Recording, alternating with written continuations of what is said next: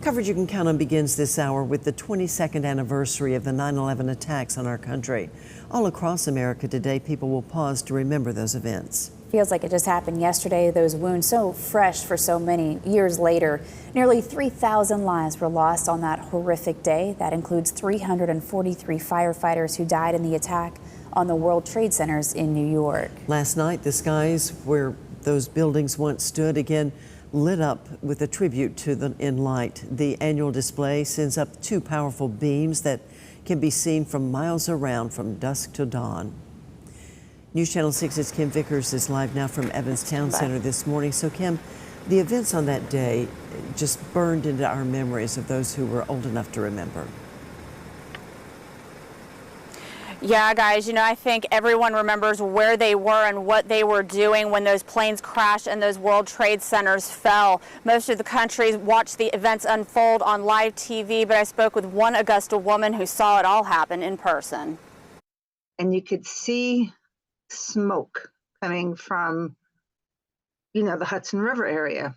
Christina Carino lived in New Jersey but worked in New York City at the time of the September 11th, 2001 attacks. She was on her way to work that morning when traffic stopped at Lincoln Tunnel. That's when she saw something she says she will never forget. And then 3 minutes later, you just saw an explosion at the second tower. Everybody got out of their cars. I mean, we were stopped. We were dead stopped. The tunnel got shut down. No one realized what just went into that tower. Was that seriously? Was that an airplane? From where she was, Carino and the other drivers watched as the Twin Towers collapsed, killing thousands. She says she lives 17 minutes away, and it took her 5 hours to get home that day. As soon as she got home, she began calling friends to make sure everyone was okay. Unfortunately, the news wasn't good, and a close friend of Carino's was one of the nearly 3,000 people that died that day. A couple of my girlfriends whose husbands were firemen and police officers, I'm like, have you heard from your husband? Have you? And they're like, no. The next day, I'm like, they didn't come home. And I couldn't get in touch with Bobby in 48 hours.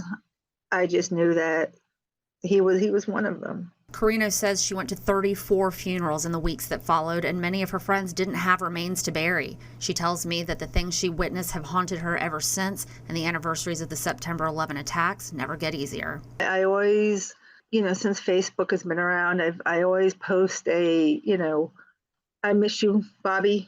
It's just a day that I try not to be around people. Misty Mitchell was living in Vermont when the attacks happened. She worked at IBM and was watching Don Imus as the events unfolded live. Next thing I know, Don's like, wait, there's a plane. A plane hit one of the Twin Towers. And he says, oh my goodness, a plane crashed. And everybody's thinking it was just an off the radar kind of thing. And then next thing you know, he goes, wait, the other tower's going down too. Mitchell says she will never forget that day or the days that followed. We were Americans, and we stood together, and it didn't matter if we disagreed with each other.